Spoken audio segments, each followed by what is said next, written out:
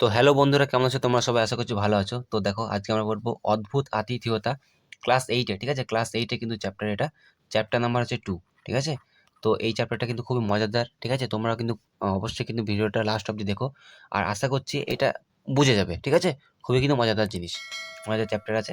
তো চলো দেখি কি বলেছে, এবং লিখেছেন কে?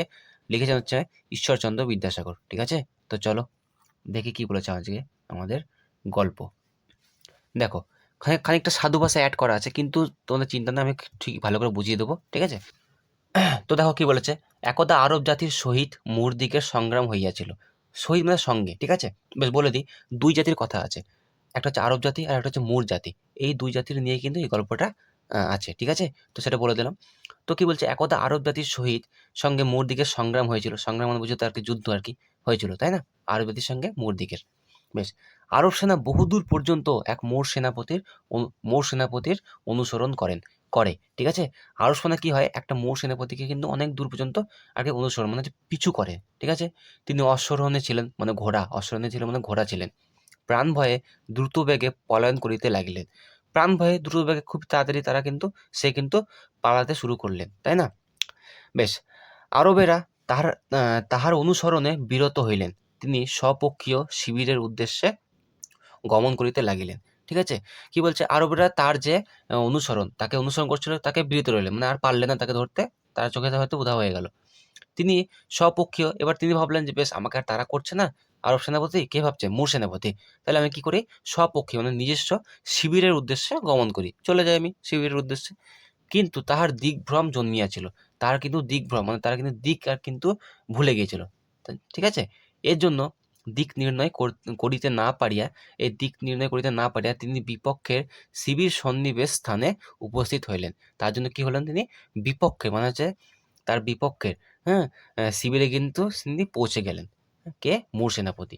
সে সময়ে তিনি এরূপ ক্লান্ত হইয়াছিলেন যে আর কোনো ক্রমেই অশ্বপৃষ্ঠে গমন করিতে পারেন না। এতটাই ক্লান্ত হয়েছিলেন যে আর ঘোড়া পিঠে কিন্তু চড়ে কিন্তু যাওয়ার আর ক্ষমতা নেই, এতটাই। আর কিন্তু পৌঁছে গেছে বিপক্ষের শিবির স্থানে। ঠিক আছে, বেশ, কিয়ৎক্ষণ পরে মানে কিছুক্ষণ পরে তিনি এক আরব সেনাপতির পটমন্ড পদারে উপস্থিত হইয়া আশ্রয় প্রার্থনা করিলেন। ঠিক আছে, কিছুক্ষণ পরে মানে কিছুক্ষণ পরে তিনি এক আরব সেনাপতি, হ্যাঁ, তিনি কিন্তু জানেন না আরব সেনাপতি তো তাদের বিপক্ষ, তাই না? তারই কিন্তু দুয়ারে উপস্থিত হইয়া আশ্রয় প্রার্থনা করে, আশ্রয় চায় চায় আর কি। বেশ, আতিথেয়তা বিষয়ে পৃথিবীতে কোনো জাতি আরব দিগের তুল্য নহে। বেশ, আতিথেয়তা মানে আতিথেয় আপ্যায়নের দিক থেকে পৃথিবীতে কোনো জাতিই কিন্তু আরব দিগের তুল্য নয়, হ্যাঁ। মানে তাতে আরবরা আর কি, যদি তাদের শত্রু হোক না কেন, তাতে কিন্তু তাদের আতিথেয়তা কিন্তু পালন করবে। ঠিক আছে, সেটা আর কি বলছে। হুম, কেহ অতিথিভাবে আরব দিগের আরবে উপস্থিত হলে, কেউ যদি অতিথিভাবে যদি উপস্থিত হয় আরবের কাছে, হ্যাঁ, আরব জাতির কাছে, তাহারা সাধ্যানুসারে মানে তাদের সাধ্য অনুযায়ী তাহার পরিচর্যা করেন। ঠিক আছে, সে ব্যক্তি শত্রু হইলেও, হ্যাঁ, অনুমাত্র অনাদর, হ্যাঁ, বিদেশ প্রদর্শন বা বিপক্ষতাচরণ করেন না। কিন্তু সে যদি শত্রু হয় না, তার কিন্তু কোনো কিছুই কিন্তু কম রাখেন না। যতটা তাদের তাদের সাধ্য সে অনুযায়ী কিন্তু সেটা পালন করেন। ঠিক আছে, কারা? আরবরা। এবার এখানে চলে এসেছে মুর সেনাপতি, তাই না?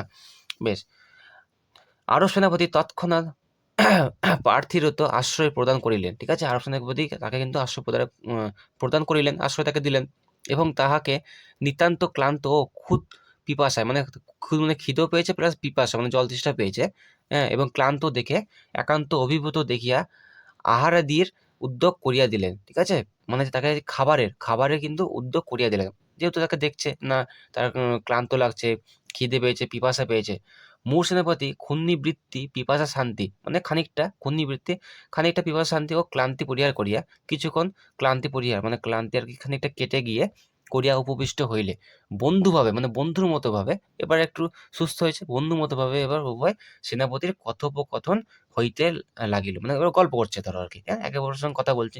তাহারা পরস্পর স্বীয় মানে নিজস্ব পূর্বপুরুষ দিকের সাহস, তাদের নিজস্ব পূর্বপুরুষ দিকের সাহস, পরাক্রম, সংগ্রাম কৌশল প্রভৃতির পরিচয় প্রদান করিতে লাগলেন।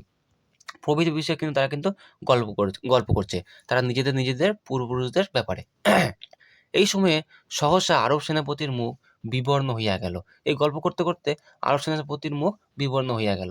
তিনি তৎক্ষণাৎ গাত্রখান ও তথা হইতে প্রস্থান করিলেন। সেখান থেকে কিন্তু সে চলে গেলেন, কে? আরব সেনাপতি। এবং কিঞ্চিৎ পরে এবং কিছুক্ষণ পরেই মূর সেনাপতিকে বলিয়া পাঠাইলেন, কাউকে দিয়ে বলিয়া পাঠালেন, ঠিক আছে, যে আমার অতিশয় অসুখ বোধ হইয়াছে, যে আমার অসুখ, কার অসুখ, মানে ওই যে চলে গেলেন, কে? আরব সেনাপতি চলে গেলেন, নিয়ে বলছে এবং আমার অসুখ বোধ হইয়াছে, অসুখ বোধ করছে আমি একটু, এর জন্য আমি উপস্থিত থাকিয়া আপনার পরিচর্যা করিতে পারিলাম না, তাই কিন্তু আপনার কাছে আমি এখন উপস্থিত থাকতে পারলাম না। হ্যাঁ, আহার সামগ্রী ও শয্যা প্রস্তুত হইয়াছে, মানে আপনার জন্য কিন্তু খাবারের সব কিছু প্রস্তুত হয়ে আছে। ধরো এবার ধরো রাত হয়েছে, ধরো আপনি আহার করিয়া শয়ন করুন, আপনি আহার করিয়া কিন্তু খাবার খেয়ে কিন্তু আপনি শুয়ে পড়ুন, আমার অসুখ বোধ হয়েছে, তাই কিন্তু আমি আর আসতে পারলাম না, ঠিক আছে। আর আমি দেখিলাম আপনার অশ্ব যেরূপ ক্লান্ত, আর আমি এটাও দেখলাম যে আপনার যে ঘোড়াটা এমন ক্লান্ত ও হতবীর্য হইয়াছে, তাহাতে আপনি কোনো ক্রমেই, হ্যাঁ, নিরুদ্বেগে ও নিরুপদ্রবে স্বীয় শিবিরে পৌঁছুতে পারিবেন না। তাতে কিন্তু আপনি কিন্তু ঠিকঠাকভাবে পৌঁছাতে পারবেন না, আপনার ঘোড়াটাকে নিয়ে যদি আপনি যান। তাই বলছে, কে বলছে? আরব সেনাপতি মূর সেনাপতিকে বলছে। বেশ, অতি প্রত্যূষে এক দ্রুতগামী তেজস্বী অশ্ব সজ্জিত হইয়া পদ্মমণ্ডপের দ্বারোদ্দেশে দণ্ডায়মান থাকিবে। বলছে, কি বলছে আরব সেনাপতি, যে আপনার জন্য একটি কি দ্রুতগামী, মানে দ্রুতগামী তেজস্বী অশ্ব সজ্জিত, মানে সাজিয়ে একটা ঘোড়াকে আপনাকে কিন্তু দুয়ারের সামনে কিন্তু রেখে দেব। আমিও সেই সময় আপনার সহিত সাক্ষাৎ করিব। আমিও কিন্তু আপনার সঙ্গে সেই সময় দেখা করব, এবং যাহাতে আপনি সত্বর প্রস্থান করিতে পারেন, তত বিষয়ে তৎবিষয়ে যথোপযুক্ত আনুকূল্য করিব, ঠিক আছে? আপনি যেন খুবই তাড়াতাড়ি মানে এখান থেকে চলে যেতে পারেন, সেটার ব্যবস্থা আমি করার চেষ্টা করব। এই কিন্তু বলছে, বলে পাঠিয়েছে, কে? আরব সেনাপতি মূর সেনাপতিকে। তো তারপরে দেখো কি বলেছে, নেক্সট স্ট্যান্জা কি বলেছে, কি কারণে আরব সেনাপতি এরূপ বলিয়া পাঠাইলেন, তাহার মর্ম গ্রহ করিতে না পারিয়া মূর সেনাপতি আহার করিয়া সন্দিহান চিত্তে শয়ন করিলেন। সন্দিহান চিত্তে শয়ন করিলেন, মানে কি কারণে? এবার স্বাভাবিক ব্যাপার, সে হঠাৎ করে চলে গেল আরব সেনাপতি, তো কি কারণে এরকম বলে পাঠালো, ঠিক আছে, সে কিন্তু না বুঝতে পেরে কিন্তু সে কিন্তু বিনা সন্দেহে কিন্তু সে আহার করিয়া খাবার খেয়ে কিন্তু সে শুয়ে পড়লেন, কে? মূর সেনাপতি, ঠিক আছে।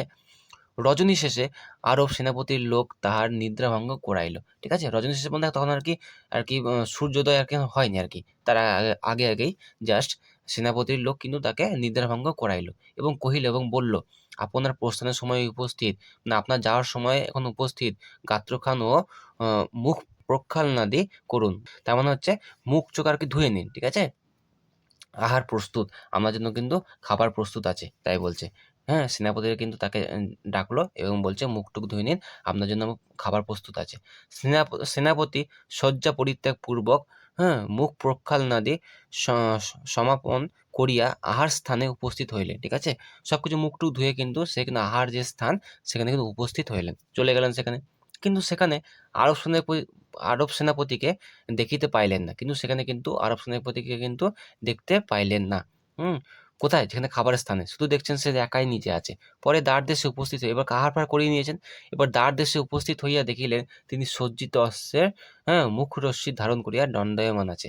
পরে সে কি দেখছে, যে দুয়ারে যে তার যে একটা তিনি বলেছেন একটা সজ্জিত, একটা সাজিয়ে দেবে একটা ঘোড়াকে, হ্যাঁ, সেই ঘোড়ার মুখের যে দড়িটা আর কি ধরে কিন্তু সে দাঁড়িয়ে আছে। কে? আরব সেনাপতি, ঠিক আছে? এবার কি বলছে দেখো, আরব সেনাপতি দর্শন মাত্র সাদর সম্ভাষণ করিয়া মূর সেনাপতিকে অশ্বপৃষ্ঠে আরোহণ করাইলেন, ঠিক আছে, এবং কহিলেন, আপনি সত্বর প্রস্থান করুন। আরব সেনাপতি কি করলেন, তাকে কিন্তু মূর সেনাপতিকে কিন্তু ঘোড়া পিঠে চড়ালেন এবং বললেন, আপনি সত্বর প্রস্থান করুন, আপনি কিন্তু খুবই শীঘ্রই তাড়াতাড়ি চলে যান এখান থেকে। এই বিপক্ষ শিবিরের মধ্যে আমা অপেক্ষা আমা অপেক্ষা আপনার ঘোরতর বিপক্ষ আর নাই। বলছে এই বিপক্ষ শিবিরের মধ্যে আমার থেকে, হ্যাঁ, আর বড় শত্রু আর কি কেউ নাই, বিপক্ষ আর কেউ নেই। কেন বলছে দেখো, গত রজনীতে যৎকালে আমরা উভয়ে এক আসনে আসীন হইয়া অশেষবিধ কথোপকথন করিতেছিলাম, মানে একসঙ্গে আমরা গল্প করিতেছিলাম, আপনি স্বীয় পূর্বপুরুষদিগের বৃত্তান্ত বর্ণন করিতে করিতে আমার পিতার প্রাণ হত্যার নির্দেশ করিয়াছিলেন। কিন্তু আপনি গল্প করতে করতে না আমার যে পিতার যে প্রাণ হত্যা, হ্যাঁ, সে কে করেছিলেন আপনাদের, সেটা কিন্তু আপনি বলে দিয়েছিলেন গল্প করতে করতেই আপনার পূর্বপুরুষরা করেছিল সেটা কিন্তু বলে দিয়েছিলেন। আমি শ্রবণ মাত্র মানে আমি শোনা মাত্র বৈর সাধন বাসনার বশবর্তী হইয়া বারংবার এই শপথ ও প্রতিজ্ঞা করিয়াছি, সূর্যোদয় হইলেই প্রাণপণে পিতৃহন্তার প্রাণবধ সাধনে প্রবৃত্ত হইব। মানে কি বলছে, ওটা শোনা মাত্রই আমি আমি এটা সব নিজেকে নিজে শপথ করেছি, যেই সূর্যোদয় হবে তারপরে কিন্তু আমি আমার যে পিতাকে হত্যা করেছে তাদেরকেও কিন্তু আমি হত্যা করব। এই কিন্তু প্রতিজ্ঞা সে নিজে নিজে করেছে।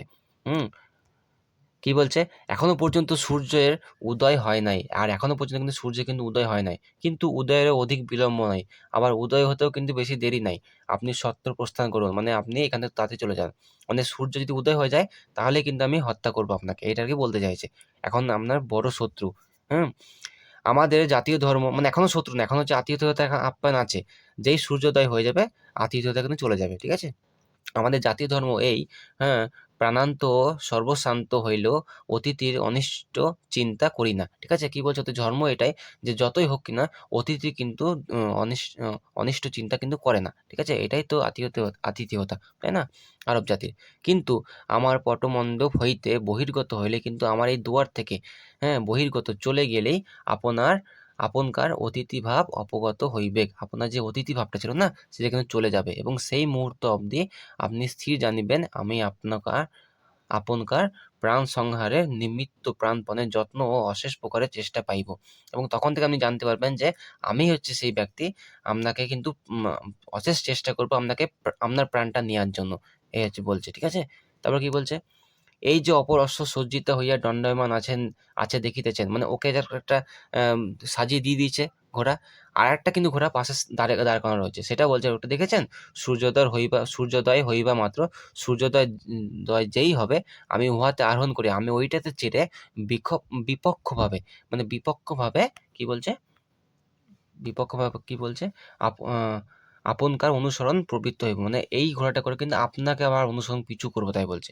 কিন্তু আমি আপনাকে যে অশ্ব দিয়াছি, হ্যাঁ? কিন্তু আমি আবার যে অশ্ব আপনাকে ঘোড়া দিয়েছি, উহা আমার অশ্ব অপেক্ষা ওইটা কিন্তু আমার ঘোড়ার চেয়ে কিন্তু কোনো অংশেই হীন নয়, কোনো অংশে কিন্তু কম নয়। যদি উহা দ্রুত বেগে গমন করিতে পারে, যদি ওইটাতে যদি ছুড়াতে পারেন, আমি দ্রুত স্পিডে যদি ছুড়াতে পারে, তা হইলেও আমাদের উভয়ের প্রাণ রক্ষার সম্ভাবনা আছে। তার মানে কি? উভয়ের প্রাণ রক্ষা বলতে কি? দেখো, ওকে যদি মারতে যায় তাহলে ও ধরো প্রাণে বাঁচার জন্য ধরো একেও অ্যাটাক করবে, তাই না? তাহলে দুজনেরই কিন্তু আম প্রাণ রক্ষার সম্ভাবনা আছে। কারণ যদি পালিয়ে যায় তাহলে তো আর মারপিটি বা কোনো ঝগড়া অশান্তি হলোই না। তাহলে তো সব বেঁচে গেল, তাই না? এই হচ্ছে বলছে। তাহলে কিন্তু উভয়ের প্রাণ রক্ষা হবে যদি আপনি ঘোড়াটাকে ছুড়াতে পারেন। তারপর কি বলছে? এই বলিয়া আরব সেনাপতি সদর সম্ভাষণ ও করমর্দন পূর্বক তাহাকে বিদায় দিলেন। এই বলে কিন্তু আরব সেনা তাকে বিদায় দিলেন। তিনি তৎক্ষণাৎ প্রস্থান করিলেন। তিনি সঙ্গে, সঙ্গে কিন্তু ওখান থেকে চলে গেলেন। আরব সেনাপতিও সূর্যোদয় দর্শন মাত্র, যেই সূর্যোদয় হয়েছে সেই দর্শন মাত্র অশ্ব আরোহণ করিয়া ঘোড়া পিঠে চড়িয়া তদীয় অনুসরণে প্রবৃত্ত হইলেন। তাকে কিন্তু পিছু করতে শুরু করিলেন। হ্যাঁ? মোর সেনাপতি কতিপয় মুহূর্ত পূর্বে প্রস্থান করিয়াছিলেন। মোর সেনাপতি কিছুক্ষণ পূর্বে কিন্তু প্রস্থান মানে সেখান থেকে সবে বেরিয়েছিলেন, এবং তদীয় অশ্ব বিলক্ষণ ও সবল ও দ্রুতগামী। হ্যাঁ? তার যে ঘোড়াটা ছিল সেটা কিন্তু সবল ও দ্রুতগামী।